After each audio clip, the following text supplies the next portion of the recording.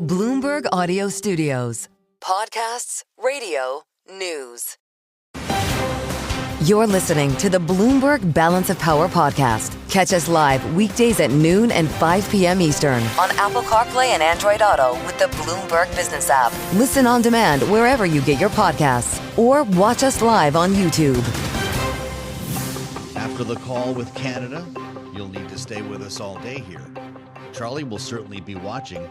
What was that? Dow down 600 points at one point. We're looking at a 75-point loss. Of course, this has a lot to do with the progress in Mexico, and we're counting down to a 3 o'clock call. 3 p.m. Will it be a perfect call? Donald Trump and Justin Trudeau talking about the implementation tomorrow of 25% tariffs across the board. The U.S. national anthem was booed by hockey fans on Saturday in Ottawa, booed last night by NBA fans in Toronto. I don't know what they're singing today in Mexico, but the market certainly liked the idea that Donald Trump had some time to talk with Mexico's president. And sure enough, the tariffs are delayed. As we heard earlier from the president of Mexico, who takes us inside the phone call with Donald Trump, speaking through a translator here. Let's listen. Then he agreed, and at the end asked me how much time I wanted to put on pause. I said, well, let's put it on pause forever. And he asked how long.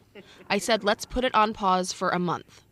And I am sure that in that month, we will be able to have results. Good results for his people and good results for Mexico.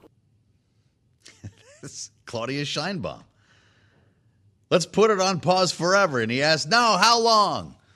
It does make you wonder the substance of these calls, and maybe something similar. Could something similar happen with Canada later on today, knowing that Mexico pledged 10,000 troops to stand along the border to keep drug trafficking and illegal immigrants out, keep the fentanyl out? Is there a similar agreement that could be struck today with Canada? Doesn't appear clear to us at this moment, which is why we need to wait for the readout on this call. Navin Girishankar is wondering what happens as well. That's why we have the president of the Economic Security and Technology Department at CSIS with us right now, former senior official at the Department of Commerce. Navin, I'm sure you never heard of a moment quite like this where we have things knocking around. It's going to be different from 1 hour to the next, it appears, over the course of the day. I'm supposed to ask you about the impact of tariffs, but is that the point of this conversation, or are we simply using these bargaining chips to exact concessions from our neighbors with no real intention of ever implementing them? Well, thank you, Joe. It's great to be here. It certainly seems like the use of IEPA, the Emergency Economic Powers, to institute these tariffs are designed to achieve some ends with respect to fentanyl interdiction. Now, fentanyl is a serious public health issue and deserves the attention the president has given it. However, the real question is whether the potential trade war that we're facing down right now is really worth the risk in terms of addressing what is essentially a joint law enforcement and interdiction type of effort that's required. Well, so is this a trade war or a drug war? The White House was using the latter term this morning. Well, I would say that we looks like we're on the precipice of a trade war. Unless, we're at T-1 or less, because these tariffs go into effect at 12:01 a.m. on February 4th. The dance between Mexico and the U.S. right now perhaps is a way to forestall that. The real question is, shouldn't we be fighting a tech war? Because that's really what the issue is as far as economic security of the United States is concerned. And I think that this may actually be ultimately somewhat of a distraction from what we should be focused on. And certainly, I think the administration is aware of this. But again, the question is about focus. Okay, so Navin introduces an interesting idea here and a smart question. By the way, Navin, no one's talking about the 10% tariffs against China, which are more likely to be implemented or kept in place, I would argue, than the Canadian or Mexican tariffs. We've talked recently about turning the screws on export controls for high-tech GPUs, the advanced stuff that NVIDIA is selling, for instance. Is that the direction you're looking in? And why are we talking about Mexico and Canada if that's the case? Well, the reason we're talking about Mexico and Canada is because the North American economic ecosystem is highly integrated. Those players have much to lose given their export exposure to the United States. But with respect to China, the 10% tariff, remember what they had priced in was something like 60% tariffs based on what the Yeah. president had said Okay. during the campaign. So this is much lower than that. We will feel the hit here in the US on things like electronics and other types of goods and services like that from China. But I think the bigger question which you pose, which is an important one, is we should be thinking of the economic relationship with China, covering a number of economic security tools, trade, export controls, investment screening, and other types of measures that are intended to actually strengthen the US's hand with respect to the technology competition that is now accelerating across a number of technologies. If the fentanyl is coming from China and going through Mexico and Canada to get here, most of it through Mexico, that also can change the way you're looking at this drug war. Why don't we go to the source instead of play with the 100%. partners? 100%. And as you'll recall, during the Biden administration, there was an agreement with President Xi to work on that issue. I think you have certainly put your finger onto a really important issue, which is the source. And I think that is a curious decision to prioritize what is in effect harder measures with Mexico and Canada right now relative to the Chinese. Who knows what's coming down the pike in terms of the game plan of the administration, but sequencing matters. And so now we're going to focus on our closest allies relative to what is our principal competitor. Navin, I see a headline just crossing the terminal. Secretary of State Rubio, Mexico sending National Guard to the border is, quote, a very good sign, unquote. Is there an equivalency here for Canada? Mm-hmm. What is it that Justin Trudeau can promise Donald Trump on the phone at 3 o'clock? You're going to line up the Mounties and that's going to be it along the northern border here? Or is it something more than that? Well, it's interesting because the AIPA order was focused on fentanyl, and the cross-border fentanyl from Canada is relatively small, like very, very small, negligible relative to Mexico. And so really the question is, what's the goal of this? And what do you really want from Canada? Are there unstated goals that are not in the AIPA order, or is there something more? And so I think that explains the difference in the way that relatively Canada and Mexico have responded. So Mexico has, really made a number of measures, and you just read that out, to demonstrate focus on fentanyl. Canada's response is a little bit different. They've said, well, we'll retaliate. I think the Ontario premier has said that he's banning U.S. companies from government contracts in Ontario. So it's a much harder stance. And it's really because these measures affect those countries differently, and their potential kind of alternatives are also different. Remember, our relationship with Canada is also important with respect to the competition with China, both in terms of critical minerals that we need for advanced technologies, Canada's role on implementation of export controls, and also the fact that Canada is going to take over the G7 presidency, and we need partnership with them to again win the bigger war, if you will, the tech war. Wow, that's a good one, Navin. I haven't heard anybody mention that, the G7. We like data here at Bloomberg. Let's put some numbers on this. To your point, Canada negligible as a source of fentanyl trafficking. 43 pounds came across the northern border last year versus 21,000 pounds across the southern border. Gives a little bit of perspective to what we're talking about. Navin, what does this portend for the EU? Donald Trump says Europe is next. Well, there are two things. He says they're next. Again, the question is going to become, what are the goals of whatever tariffs he puts on the EU? Are we dealing with trying to address bilateral trade deficits? So, for example, in the case of Mexico and Canada, you may put these tariffs on both countries, but you will likely experience an increase in imports from other countries like Germany, like those in Europe. So the overall aggregate trade deficit will not reduce, but you might shift which countries you have a deficit in relative to others.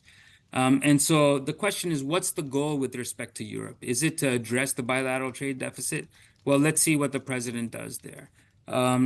Is it to achieve some other non-economic ends, such as the fentanyl case in here in North America? Are there other goals he's trying to achieve with Europe? Potentially there are.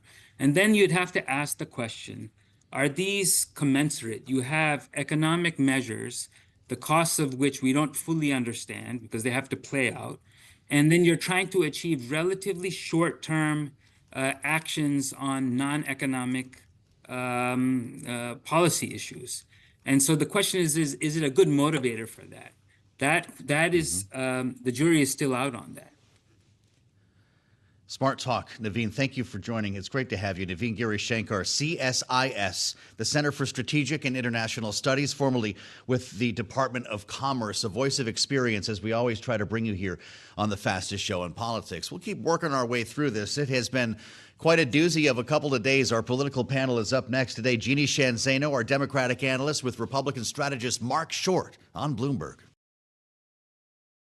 You're listening to the Bloomberg Balance of Power podcast. Catch us live weekdays at noon and 5 p.m. Eastern on Apple CarPlay and Android Auto with the Bloomberg Business app. You can also listen live on Amazon Alexa from our flagship New York station. Just say, Alexa, play Bloomberg 1130. China, we're going to put in a different bucket today. But with regard to Canada and Mexico, our two immediate neighbors here, this is something that has changed a lot already. We are sitting here on the eve of the tariffs being implemented. The market thinks it knows something. The question is, what can Justin Trudeau offer that might delay the tariffs here? Is it 10,000 Mounties along the border, as Mexico is giving us in the form of their own troops? Our political panel is with us today to talk about this and a lot more. Jeanne Zaino, our Bloomberg politics contributor and Democratic analyst, with us in New York, senior democracy fellow at the Center for the Study of the Presidency and Congress. With me here in Washington, Republican strategist Marc Short, former chief of staff to former Vice President Mike Pence. Great to see you both here. And Marc, thanks for being with us in studio. It's great to have you as part of our conversation, as always. Do we step back, big picture here, and say, well, I guess tariffs do work? You just don't have to implement them. I think that President Trump, even in his first administration, was very effective in the negotiation with tariffs and to use them to bring people to the negotiating table. However, I do think there's a big difference between the first administration and the second administration. In the first administration, the president had a lot of economic advisors, but also national security advisors who believed in the benefits of trade, not just for the economy, but for national security. The team that he has around him today is a very different team that has a much more protectionist perspective. And so even though there may be some 30-day relief here in the Mexico tariffs, I think that the advisors he has around him right now believe very strongly in a protectionist policy because they really believe that the manufacturing base of America has been hurt by trade. And so I think that this may be a temporary reprieve. I don't think it'll be a permanent reprieve. I think this administration will be moving forward with a whole slew of tariffs in the coming months. And maybe come back with something more targeted toward Mexico, for instance, auto sector or otherwise?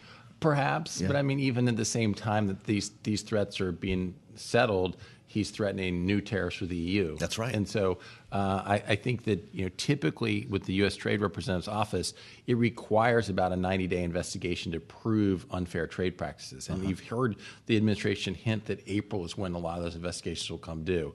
What he had threatened with Canada and Mexico was unique under IEPA, the Economic Powers Act, that no administration ever used that for tariffs. And so I think there was other challenges potentially in the courts on that. And so if there's a backing off of some of the Mexico, I still think it's going to be coming when these investigations are complete. Wow. So, Jeanne, are we looking at a master at work here or an economic arsonist? Well, I think it could be somewhere in between. We did hear for a while that even, especially people in the market were not that concerned because they said this is going to be transactional in nature. We're going to get these negotiations, as we've seen with Mexico, and that this would, in the long term, not have a real economic impact.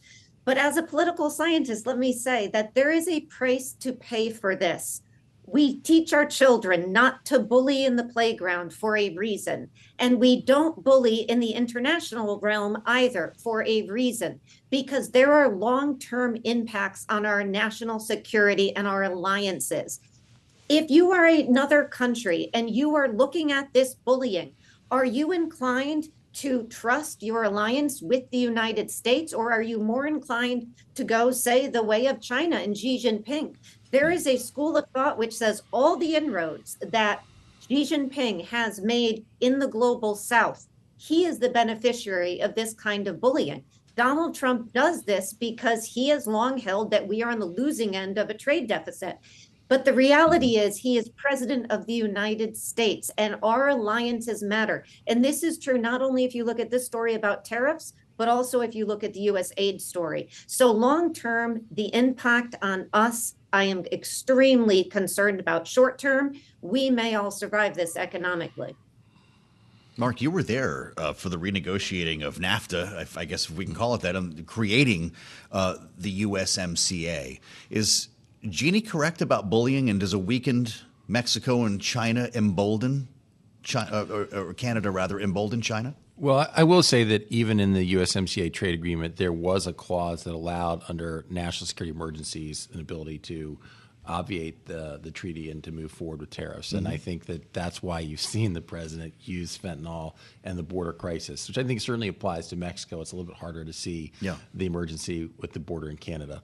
But I think that I'm less worried about the bullying factor. I think that for a lot of Americans, they do feel that there's been a weakness of American foreign policy for years, and I think they welcome a stronger personality. But I think Jeanne makes a really good point about China being the beneficiary. Because I remember in the first administration that, for instance, it took a lot of negotiation, if you recall the Huawei controversy, for us to get Canada onto our side on Huawei against China. Are they going to be as excited to partner with us the next time around when we have a concern about China?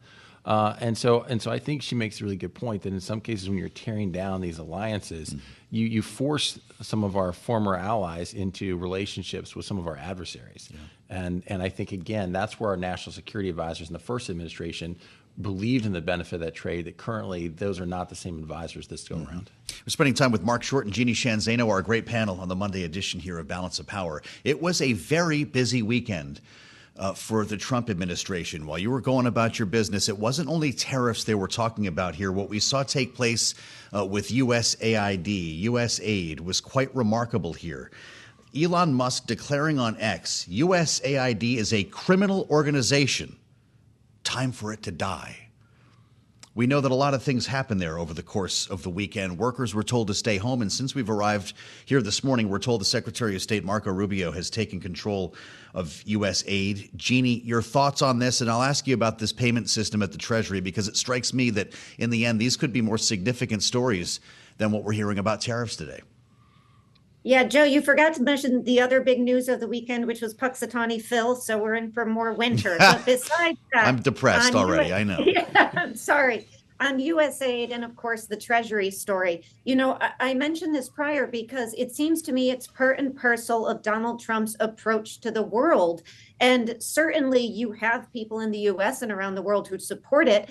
I do get concerned a good deal that we are seeming to lose understanding of something that China, which Marc just mentioned before, knows intuitively. Soft power matters. Now, USAID, certainly, there is waste in all government programs. It certainly, no question, can be cleaned out.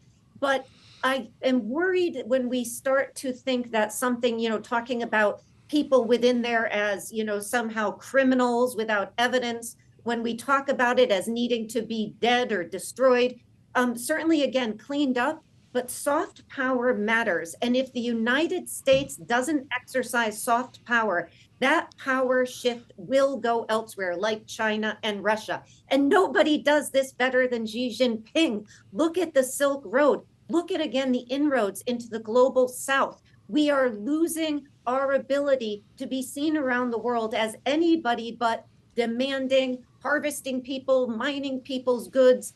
We also have to help the poorest people in the world if we want to have an ability to have impact.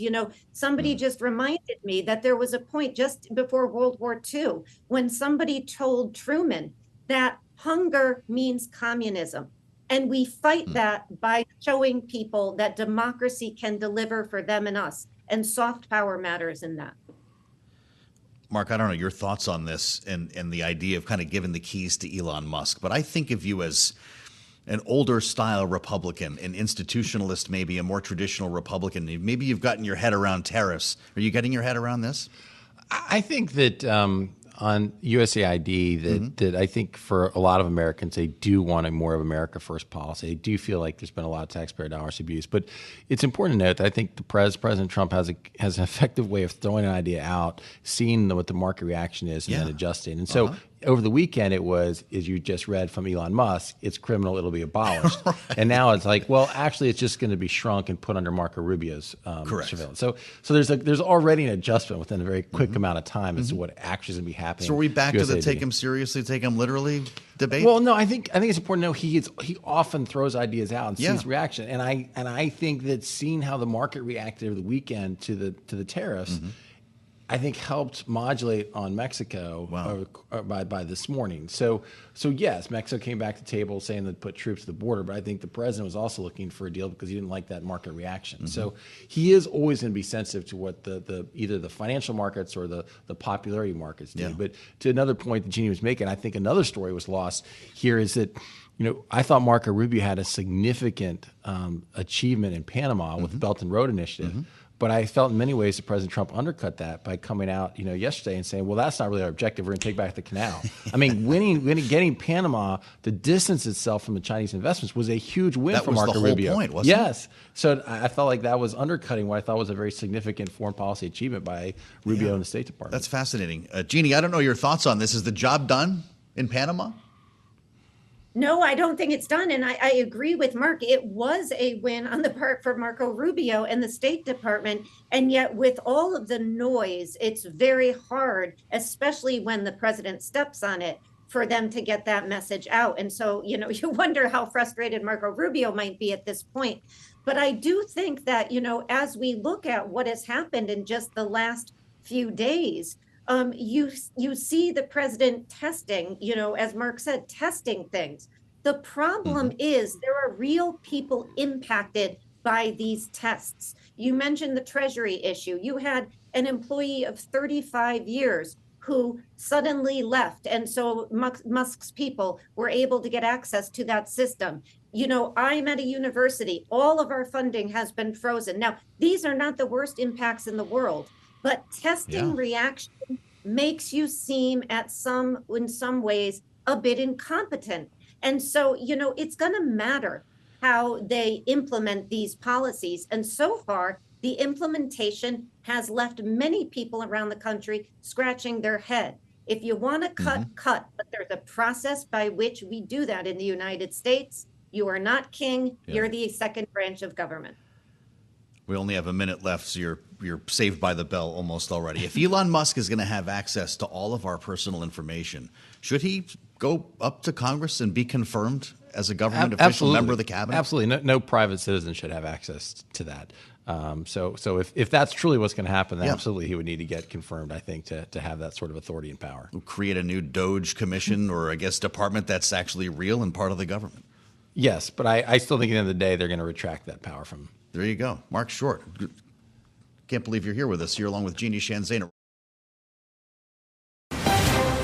You're listening to the Bloomberg Balance of Power podcast. Catch us live weekdays at noon and 5 p.m. Eastern on Apple CarPlay and Android Auto with the Bloomberg Business app. Listen on demand wherever you get your podcasts or watch us live on YouTube. We hope you're all listening to our next conversation because it's an important one. Joining us now on Bloomberg TV and radio is Jared Bernstein, of course, used to lead the Council of Economic Advisors under the Biden administration. Jared, welcome back to Balance of Power. Now outside the White House, able to speak a bit more freely, perhaps. When you look at what has been threatened here, let's just focus on Canada, 25% levies, 10% on Chinese goods. What economic impact are you bracing for if this becomes reality? Well, first of all, great to be with you. And yes, it's nice to have a little more degrees of freedom. I think that economists have been really quite uniform. Analysts across the board have recognized that tariffs get largely passed forward to consumers. So I think there's little question that if these tariffs were to take effect, consumer prices will go up. China, Mexico, I understand Mexico is now on hold, but China, Mexico, and Canada are by far our three largest trading partners, something like 1.5 trillion in imports in last year. That's about maybe 5% of GDP, so that's real money. The supply chains couldn't be more integrated, so this is very much a monkey wrench in terms of inflation and interest rates. We already saw a market reaction. You've talked a lot about policy uncertainty, and you guys nailed the exactly right question. Is this all threats for leverage, or is there some real action coming here? Well, you've been in meetings like these, Jared. I don't know what your thought is on that, but when you consider the countries we're talking about here, and like Sean just said, it's not just about raising revenue or exacting some sort of retribution. It's about rebalancing trade. What would Donald Trump need to do to zero out our relationship with Canada? That appears to be the goal here, no? Yeah.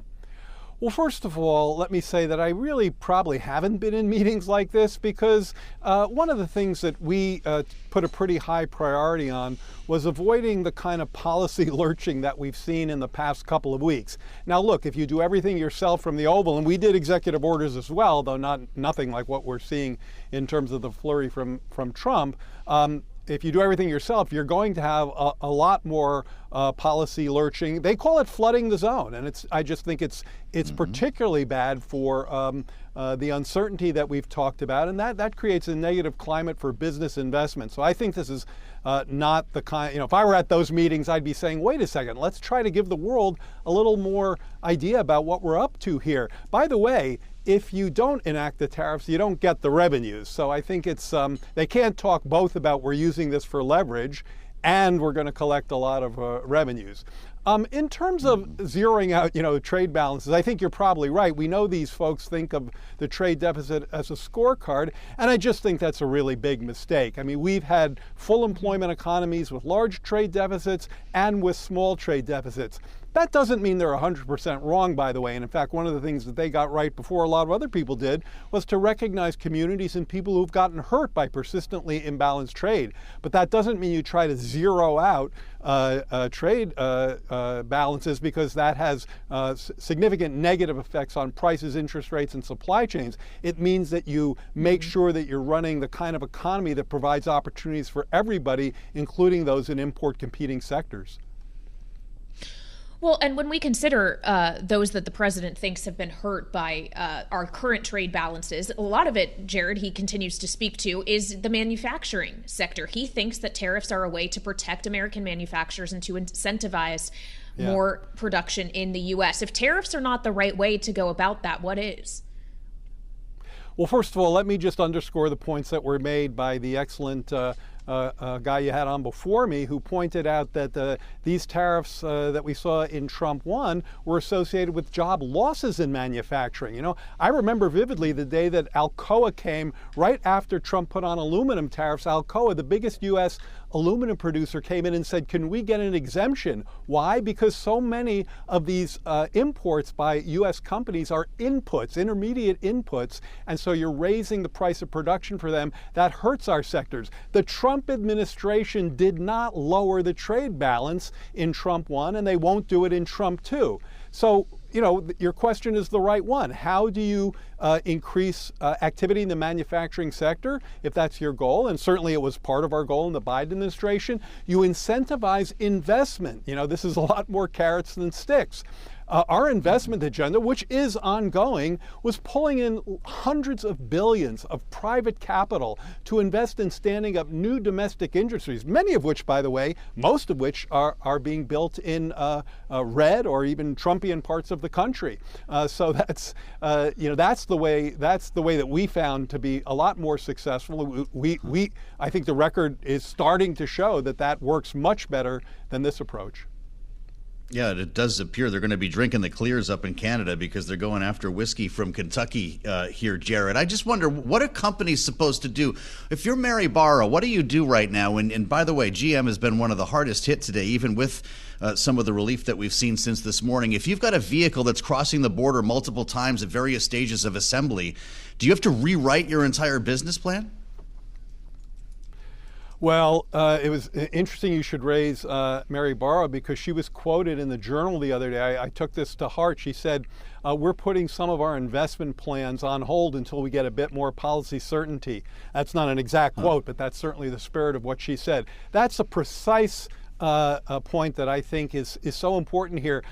Even if you're happy, as I am, to see these Mexican tariffs postponed for a month, the damage is already done in terms of creating an uncertain environment that we know for a fact, empirically has been shown, trade uncertainty of this magnitude is associated with diminished investments. I don't think that these supply chains that you just asked about, where vehicles cross borders, both north and southern borders many times, are going to be reconstructed anytime soon. And look, if this call goes the way it might go at 3 o'clock, they don't need to be. So one thing we need to find out is just how serious the president is about all this. Jared, as we've been talking, we've been getting some headlines from Raphael Bostic, the president of the Atlanta Fed. And obviously, for the last several years, we haven't been able to have the frank conversations around monetary policy we wish we could have with you. So I ask you this question now. As Bostic says, they're just going to have to watch on tariffs. Do you expect the Federal Reserve is going to look through this? I think they're going to probably look through any one-time price hits. I think, again, the conversation you just had suggested that when you do put a tariff on, it definitely is a price hit to inflation, but it can be a one-time hit for the level, not an ongoing hit to the growth rate. Where I think they are probably worrying more about than they might be talking about is any kind of damage done to inflationary expectations. I consider anchored inflationary expectations a national economic treasure, in the sense that this was so important in getting inflation back down when the pandemic-induced spike occurred.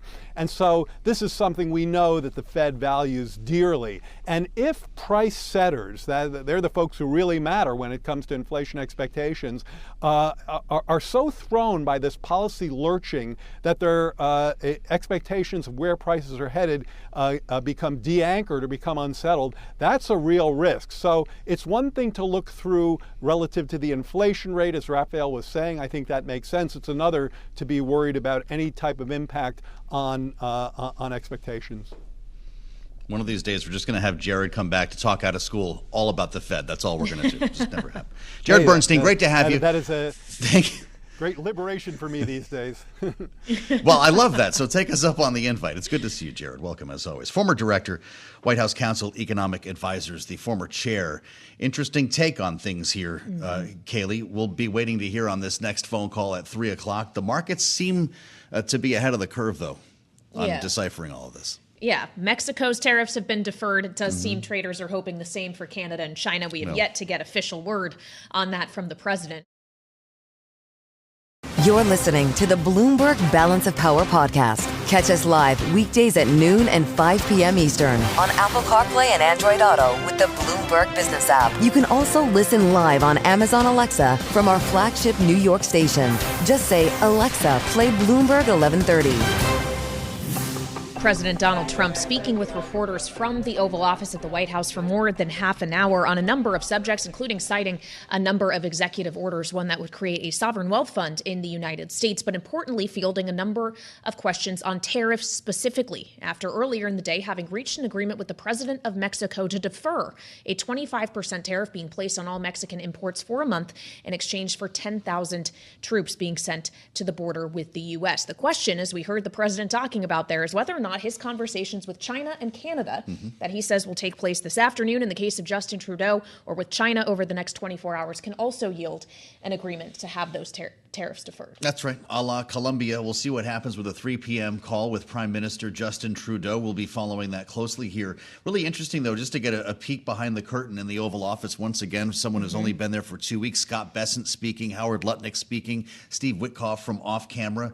Strangely, Rupert Murdoch in the room to witness all of that today as well, Kailey. Yeah, and while we've witnessed it all and listened to it here on Balance of Power on Bloomberg TV and radio, we want to get a bit more reaction now from someone who does have thoughts on trade. The chair of the Trade Subcommittee of the House Ways and Means Committee is joining us now, Republican Congressman Adrian Smith of Nebraska, here with us on Bloomberg. Congressman, thank you so much for your time. You've obviously had praise today for the agreement that Donald Trump was able to strike with Mexico specifically on fentanyl. But when you look at a country like Canada, which only, according to Customs and Border Protection, had 43 pounds of fentanyl crossing the northern border last year compared to 21,000 pounds in the case of what was coming from Mexico. Do you really see these things as equal? What will it take for Canada to defer tariffs in the same way Mexico was able to? I think there are some different dynamics, certainly, but I think the president's posture right now is one that he explained even before he was elected. He wanted to put people on notice. He's followed through with that. We are seeing some positive results. And I think that, there's some leveling of the playing field in terms of trade that creates many opportunities, hopefully on the horizon. Well, Congressman, we appreciate your being generous with your time and waiting through the Oval Office conversation here. The difference as well between Canada and Mexico, though, is that there are retaliatory tariffs in store. 25% Canada is looking at, in fact, goods from a number of red states. I'm sure you've looked through these. Whiskey from Kentucky, oranges from Florida, appliances from South Carolina, and Harley-Davidson motorcycles from Pennsylvania. I don't know if we go red there. I guess for the sake of this conversation, we'll go with it. What would be the impact of these levies on our economy? Well, the tariffs and the responses, I mean, those speak for themselves. I think that there is a better understanding now of the seriousness that this administration is taking trade and the security of our border. The previous administration, wide open border, totally unengaged on trade. And that sets up this scenario that we are seeing. And I think it's important that President Trump is empowered to make a good negotiation. And I certainly, see, the dynamics of tariffs. I understand that. I think the American people understand that as well. And the American people also know that we need to see more action, and they are seeing that. Well, if this is all about negotiation for President Trump, what was wrong with the deal he negotiated during his first term? What's wrong with the USMCA? Well, we saw Mexico flagrantly violate USMCA on biotech white corn, for example. Now, it so happens that, that my district is a big producer of that corn, but the world is watching. The world watched Mexico give us a heads up on this well in advance. And Joe Biden never said a word about it in 4 years. That's obviously not Donald Trump's style. And I'm glad, because I think our country is stronger with a president who speaks up and speaks out, especially when our trading partners, Mexico had just agreed to USMCA and then had such a flagrant violation. It took us a long time, but we did win that dispute resolution. But it was lost time. And time is money. The White House this morning was framing this as a drug war, not a trade war, Congressman. I don't know if you see it that way, but with that said, and based on what Kailey was mentioning, 43 pounds versus 21,000 pounds of fentanyl crossing the northern border versus the southern border, this could be cleaned up real quick, right? They get on the phone at 3 o'clock. Is this all over before the close of business? I think there are opportunities to correct this. We know that if the southern border, if we get cooperation on the southern border, it's likely to go to the northern border if we don't get the cooperation that we need. Quite honestly, we need more cooperation as it relates to immigration from state and local governments, say the state of California and the sanctuary city dynamics that exist across the country. We need full cooperation there. And certainly we need cooperation from Canada and Mexico. Mr. Chairman, we just have a minute left, but if this is about extracting cooperation and concessions from allies, is it not then about raising revenue? Because you and the rest of your colleagues on the Ways and Means Committee in the House are about to try to push through a tax package with a lot of cuts, and Donald Trump says tariffs are supposed to play a role in offsetting that. Well, we're going to have discussions about revenue and various opportunities to save taxpayer dollars across the budget. We need to have these conversations. We've needed to have those for some time. We saw record spending under President Biden that triggered inflation. I think it's very important that we move forward with policies that bring down the cost of products for consumers. I think the administration understands this and sees this as a priority as well. Congressman, it's great to have you back, certainly at a moment like this. He chairs the Trade Subcommittee in the House. Congressman Adrian Smith, Republican from Nebraska. We thank you for the insight.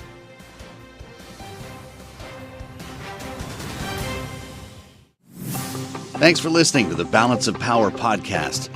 Make sure to subscribe if you haven't already at Apple, Spotify, or wherever you get your podcasts. And you can find us live every weekday from Washington, D.C. at noontime Eastern at Bloomberg.com.